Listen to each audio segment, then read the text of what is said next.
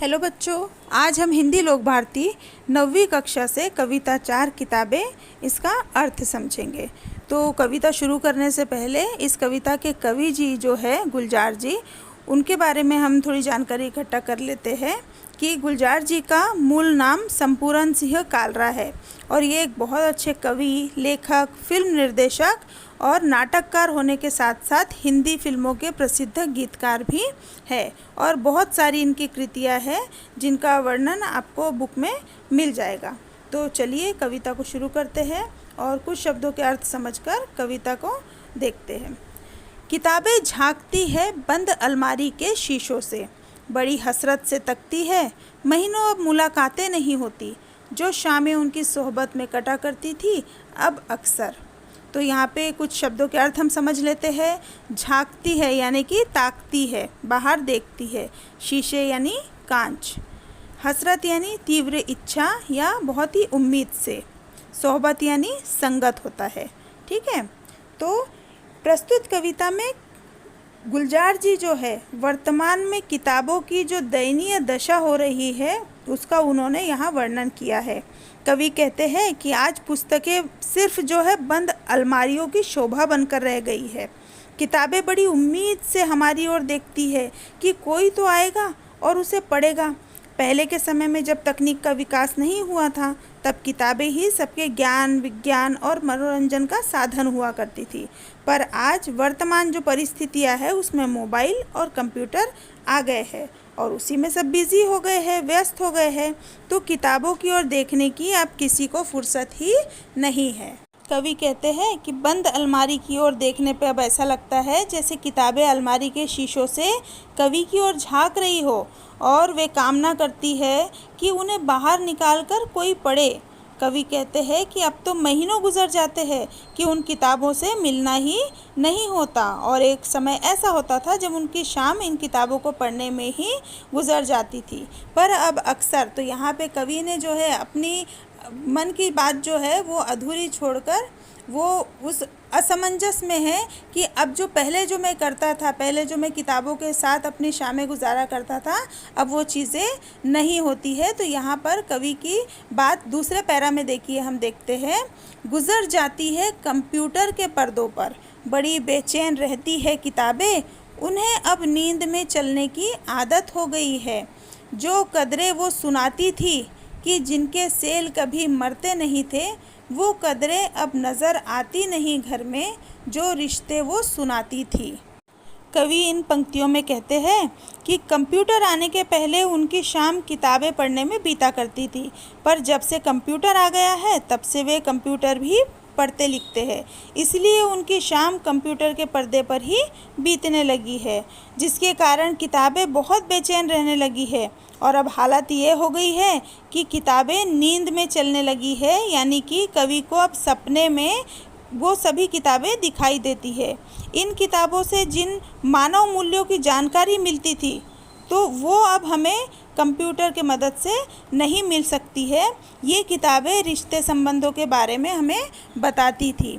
और जैसे आज हम कंप्यूटर का इस्तेमाल कर रहे हैं या मोबाइल का इस्तेमाल करते हैं तो उन्हें चलाने के लिए चार्जिंग की ज़रूरत होती है या सेल की ज़रूरत होती है, तो किताबों को तो उनकी ज़रूरत नहीं होती थी, है ना। वो हमेशा हमें मानव मूल्य जो अच्छी बातें हैं वो हम उनके द्वारा सीखते थे और उनको चलाने के लिए किसी सेल की या किसी चार्जिंग की ज़रूरत हमें नहीं पड़ती थी। वह सारे उधड़े उधड़े है, कोई सफ़ा पलटता तो एक सिसकी निकलती है, कई लफ्ज़ों के मानी गिर पड़े हैं, बिना पत्तों के सूखे टुंड लगते हैं वो सब अल्फाज जिन पर अब कोई मानी नहीं उगते। इन पंक्तियों में कवि कहते हैं कि ये किताबें जो है रिश्ते संबंधों के बारे में बताती थी। वे सारे संबंध अब क्या हो गए हैं, उधड़ गए हैं, टूट गए हैं। अब वे उन किताबों का कोई पन्ना यदि पलटते हैं तो उनकी हालत देखकर उन्हें रोना आ जाता है और उनके गले से सिसकी, आपको पता है ना, जब हम रोते हैं तो निकलती है, वैसी निकलने लगती है।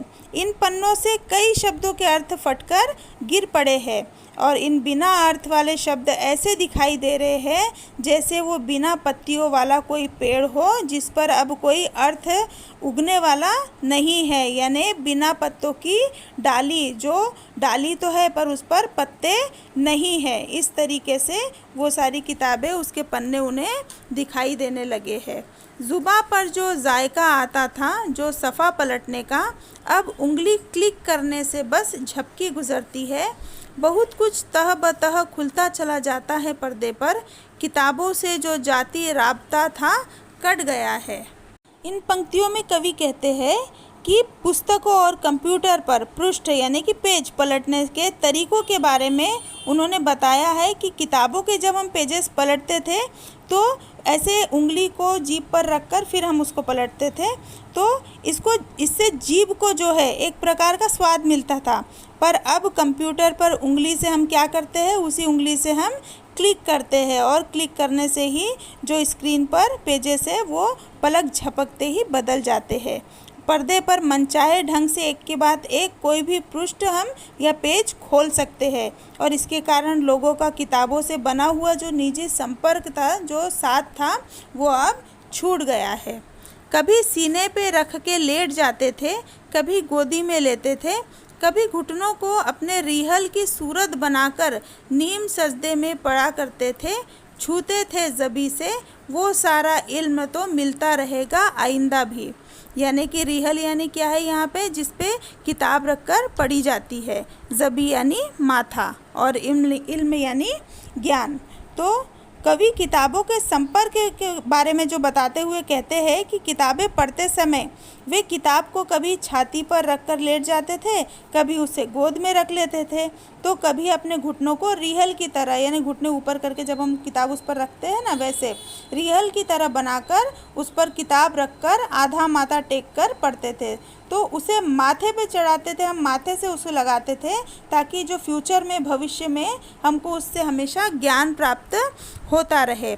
मगर वो जो किताबों में मिला करते थे सूखे फूल और महके हुए रुक्के, किताबें गिरने उठाने के बहाने रिश्ते बनते थे, उनका क्या होगा, वो शायद अब नहीं होंगे। तो ये सारा ज्ञान तो हमें किताबों से मिलता ही था और ये हमारा ज्ञान हमें मिलता ही रहेगा। हम जब भी किसी किताब को उठाकर पढ़ेंगे तो हमें उसमें से कुछ न कुछ सीख, कुछ न कुछ काम की बातें, कुछ अच्छी बातें हमें उसमें से मिलती ही रहेगी, है ना। पर अब कंप्यूटर और मोबाइल का ज़माना आ गया है तो लोग उसी में व्यस्त हो गए हैं। तो पहले जो किताबों में मिला करते थे सूखे फूल और महके हुए रुक्के यानी होता है चिट्ठी। तो पहले क्या होता था कि किताबों में जो है सूखे फूल मिला करते थे, यानी कोई एक दूसरे को यदि फूल देता था तो लोग क्या करते थे कि उसको किताबों के पन्नों में रख देते थे और सालों वो वैसे ही पड़े रहते थे। तो किताबों के साथ भी कुछ ऐसी ही बातें जुड़ी हुई होती है ना। किताबों में कभी कभी किसी के लिए फूल या कोई संदेश पत्र जो महका हुआ होता था उस पर इत्र वगैरह लगाया जाता था, तो वो किताबों में रख दिया जाता था, जिन्हें लोग सूख जाने पे भी क्या करते थे, संभाल के रखते थे। और ये उनके संबंधों को, उनके रिश्तों को क्या करता था, ताज़ा रखता था। यानी कि कभी भी आप उन पन्नों को खोल कर देखें और आपको वो फूल मिल जाए तो आपकी जो यादें हैं वो ताज़ा हो जाया करती थी। और किताबों के गिरने और उठाने के बहाने कुछ लोगों के ज़िंदगी भर के जो रिश्ते हैं वो जुड़ जाते थे, उनके बीच में बातचीत होती थी, जान पहचान होती थी और ज़िंदगी भर के, जीवन भर के जो नाते हैं उनमें जुड़ जाते थे। तो कवि कहते हैं कि जब किताबों का उपयोग नहीं होगा तो ऐसे संबंध कैसे बनेंगे। तो किताबों के जो महत्व है वो कवि ने, गुलजार जी ने यहाँ पे हमें बताया है कि किताबें बहुत हमें ज्ञान देती है, बहुत अच्छी बातें सिखाती है। और पहले जब समय था तो लोग किताबों को पढ़ा करते थे, चाहे वो अपने ज्ञान के लिए बोलिए या मनोरंजन के बोलिए, तो पहले किताबों को पढ़ते थे। पर अब जो है लोगों का सारा समय मोबाइल पर और कंप्यूटर की स्क्रीन पर चला जाता है, जिससे किताबों का जो संपर्क है मानव से वो एकदम टूट सा गया है। और इसी बात को जो कवि ने बहुत ही दयनीय दशा में यहाँ पे बताया है कि किताबें अब क्या सोचती होंगी या किताबों की जो दशा है वो कैसी हो गई है। तो इसी के बारे में यहाँ पे कवि ने हमें बताया है। आई होप कि आपको कविता समझ आई होगी, और आपको समझ आई है तो प्लीज़ सब्सक्राइब ज़रूर कीजिए। Thank you. हेलो बच्चों।